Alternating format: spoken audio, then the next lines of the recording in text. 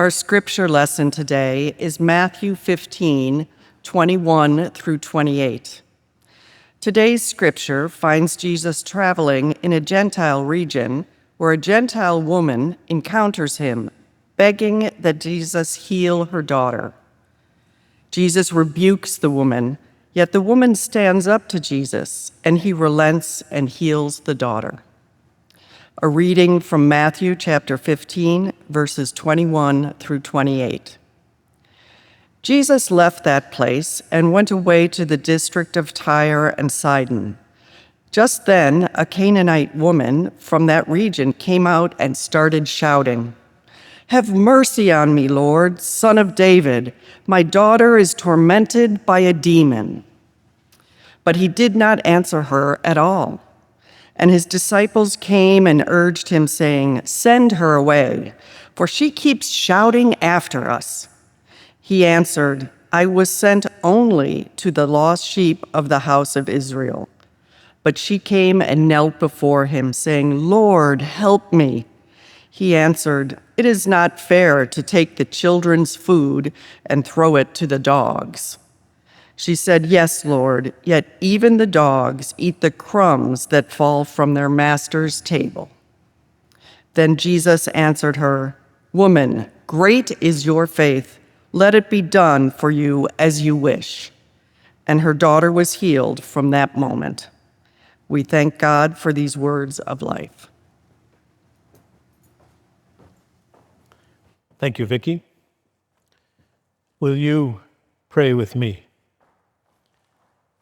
May the words of my mouth fertilize your planted seeds, O God. Amen. I've loved this story for a long time. I love the courage of this woman. I love her tactlessness, her she's just right up in Jesus' face. We'll talk about that a little more. And I've preached it from that woman's perspective for a long time, and I kind of got lost in that as I've encountered this story. But when I sat down a couple of months ago to sit with this story and try and understand it, there was something knocking, there was something challenging, there was something pulling, there was something pushing, and I couldn't figure out what it was. There was something reaching out to me. And then I encountered this painting. Courage is a Shapeshifter by Vanessa Lehman. Wonderful, astounding, and it's actually a series of paintings. And look it up online. It's astounding.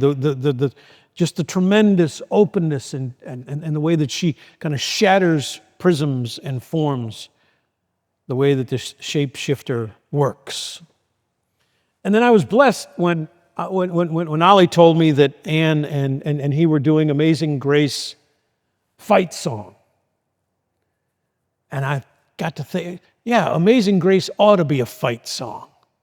It ought to inspire us to go out and fight for all and provide spiritual enrichment and grace to everybody. It ought to be a call to arms, a call to spiritual arms.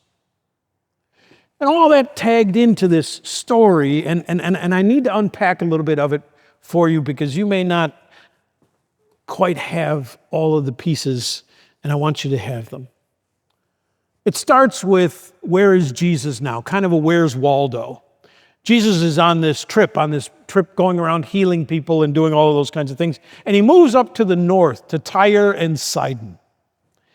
And that's amazingly significant because Tyre and Sidon are a Gentile area.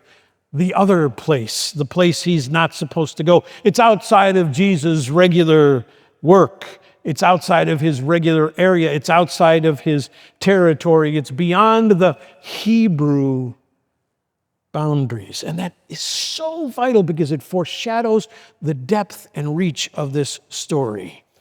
It's a foreshadowing of the testing of the limits of Jesus' boundaries. And so you anticipate that there's going to be this conflict between this Hebrew teacher, this child of God, important phrase, and the people of that area. It's as if a Hinsdale Central student wound up in Lyons Township. There's going to be some trouble. The school I went to is in St. Charles. We were known as the Saints, the Fighting Saints, which always seemed a little curious to me. We are the Saints, the mighty fighting saints. And we would go to Geneva, where there are those Vikings. Rivalries, right? Where you're supposed to be and where you're not supposed to be. Where you know what the rules and the colors and everything is and where you don't. There's going to be conflict right off.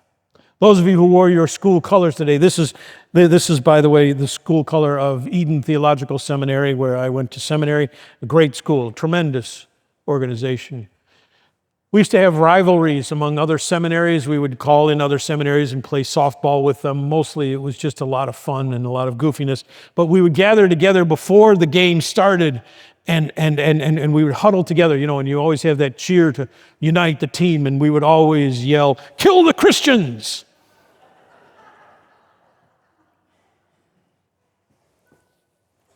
You have to know who your rivals are. And the conflict comes right off in our story. You see, the woman is a Canaanite woman. In the Markan version of this story, she is identified as a Syrophoenician, really foreign to who Jesus is, has a different God. And to Jesus, there are several problems with this woman right off. First of all, she's a woman. And as a devout Jew, Jesus is not to have anything to do with women. Certainly not touch them, certainly not heal them, certainly not interact with them. That's no. And secondly, she's a Canaanite, which means she's a foreigner. But he's in her land. And he's not to have any contact with her either. But did you catch in the story? Jesus is known by this woman. She knows who he is. Calls him Son of David. She knows that he is a Hebrew and that he is powerful. He is of the house and lineage of David. She recognizes him as someone who can impact her life. And she knows that Jesus is a healer. Surely at that time, he couldn't go anywhere without the reputation of being a great healer. And she has a daughter who is tormented in ailments.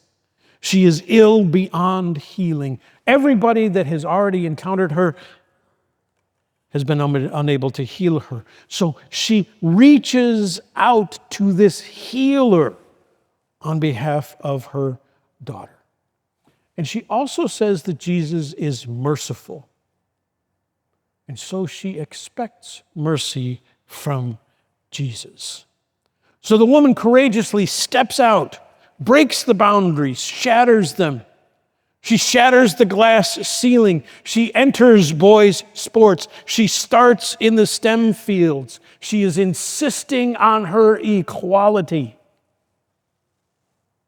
She wants to be recognized. How often is that us? Just see me. Just see me, we say to the teacher. Just see me, we say to our friends. And occasionally to our spouses. Just see me. She courageously steps out. Jesus, Son of David, please be merciful and heal my daughter. Did you catch what Jesus does? He ignores her. He just moves along his way. He ignores her entirely. Have you ever been ignored? Have you ever felt truly ignored? It's terribly isolating and heartbreaking. He ignores her. There's an aphorism based on something that a union leader said in the early 20th century. It is not by Gandhi. But it goes like this. First they ignore you, then they laugh at you, then they fight you, then you win. She follows that pattern. She is ignored. So she keeps shouting after Jesus, "Hey, Son of David, kind one, Lord, heal me." She keeps insisting on her humanity, and now the disciples get in the game. We weren't even told that they were there, but there they are. And you know what they're mad about? The noise. She's making too much noise. That never happens in your house, I'm sure. Did any of you ever have children? Were any of you ever children? A little less noise there. Can you please keep it down? They are mad because she is making noise. And they say to Jesus, they don't want to do it themselves. They say to Jesus, "Send her away. She is noisy." Sometimes we have to shapeshift and make noise. Sometimes we have to make noise so that we will be heard differently, so that the world around us will change, so that people may know that there is something that needs to be different. There's a modern parable that I think reflects this story. So I'm going to throw it out here and see how mad you get. There was a mother who worked in an ER. She was an ER nurse. She gets an urgent call from her daughter's high school. She picks up the phone in the midst of a busy ER, and she's told, "Your daughter's been in an incident. You need to come immediately." She said, "I'm in the ER. We're terribly busy today. We're slammed. Can I come after my shift? 2 hours tops." "No," they said, "we've been trying to reach you for a while. This is an urgent matter. This is serious." So she left the emergency room and hurried to the principal's office. And inside the principal's office, she found her daughter, the dean, the principal, a male teacher, and a boy with a bloody nose and a flushed face, and the boy's parents. "You're finally here," the principal announced. "Yeah, the ER has been slammed today," she said. "Just in the last hour, we had a child come in, a boy who had been beaten by his mother and needed 40 stitches. Then the police came, and there was all kinds of questioning and things we needed to do. Sorry for the wait," she said. The principal kind of squirmed a little bit, and then he explained what had happened. The boy had snapped the girl's bra, so she punched him in the face twice. In their version of the events, the emphasis was entirely on how the daughter had hurt the boy and how she had crossed the line. And the mother stared at these school leaders in disbelief. She said, so let me get this straight. You called me here because you want to know if I'm pressing sexual harassment charges against this student and suing the school for negligence. The room went silent, and then the male teacher protested, "Well, I don't think it's really that serious." "You're overreacting," said the dean. "I think you missed the point," said the principal. The mother turned to her daughter and asked for her to tell her the story, and that's when she got the full picture. The boy had been snapping the girl's bra strap repeatedly, and she told him to stop. He wouldn't, so she reported it to that very teacher, and he said, "Oh, it's just harmless fun, ignore it."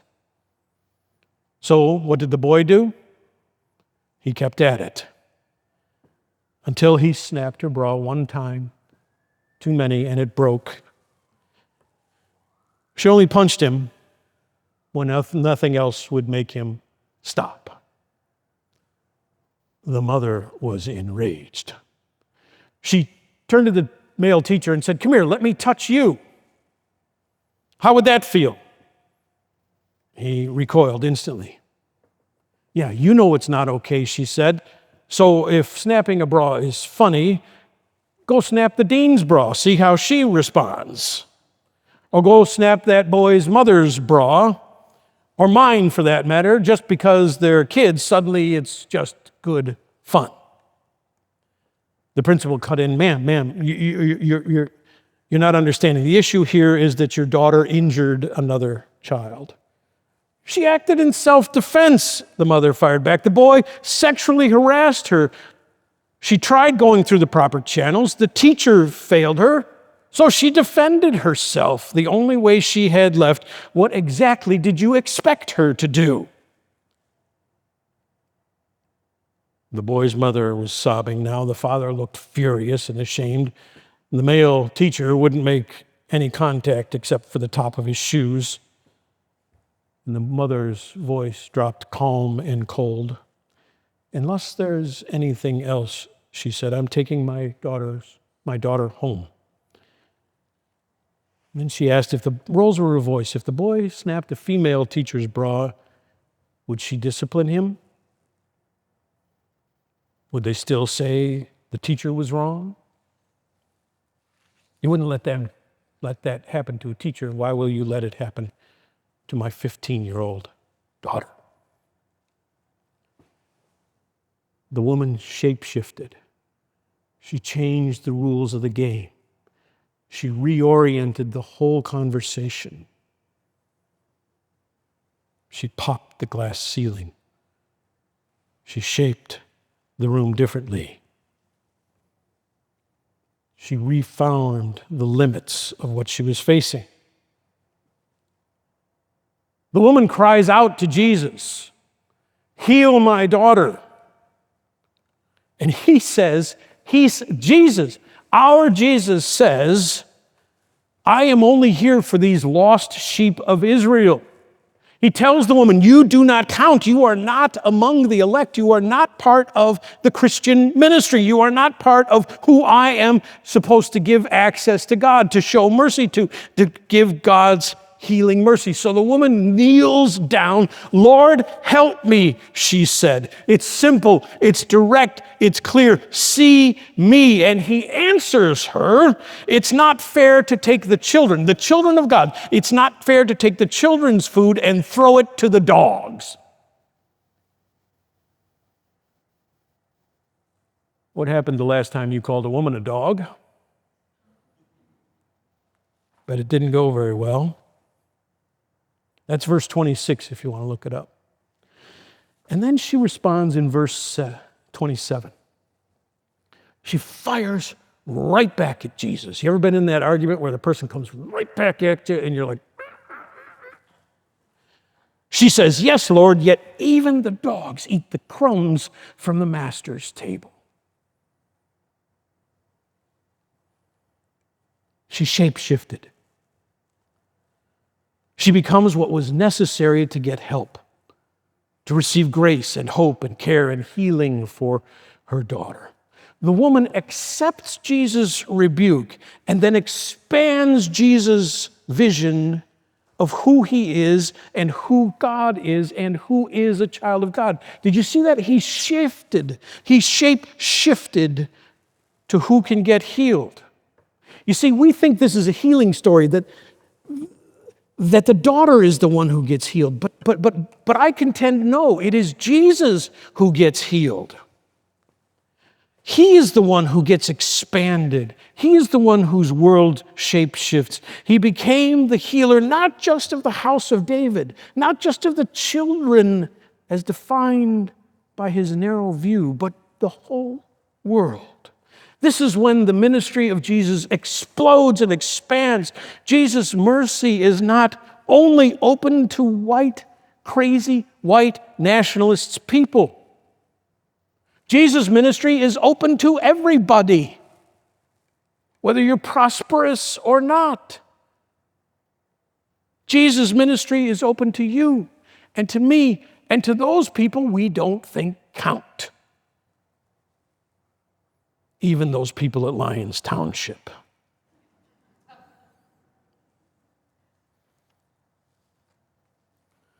Why do you assume that some people have less access to God's mercy?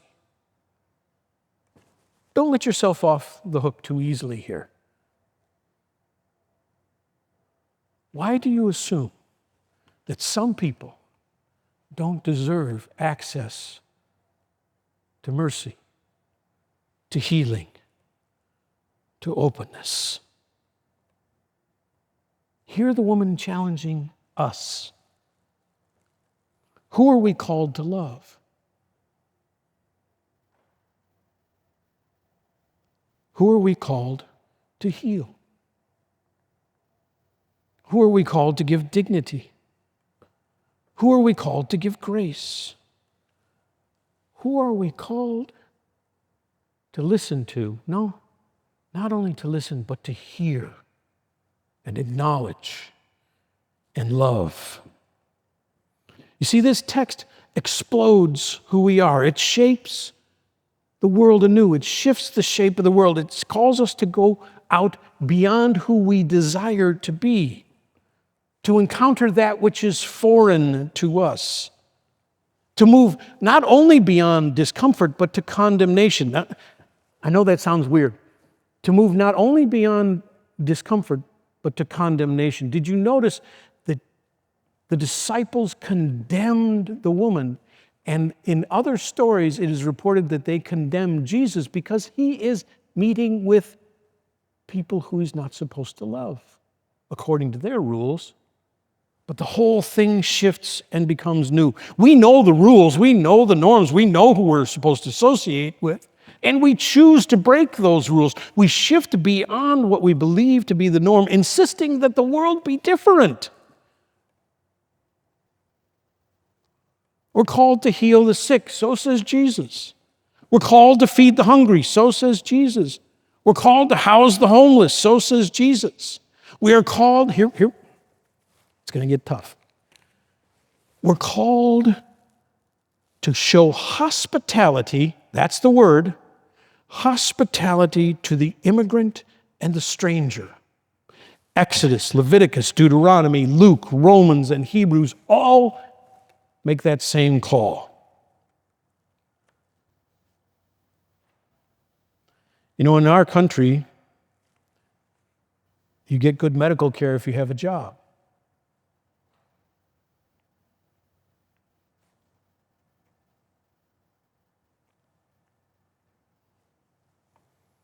How does the work of our ministry need to shift? How do we need to shape shift like Jesus to become new and strong and different?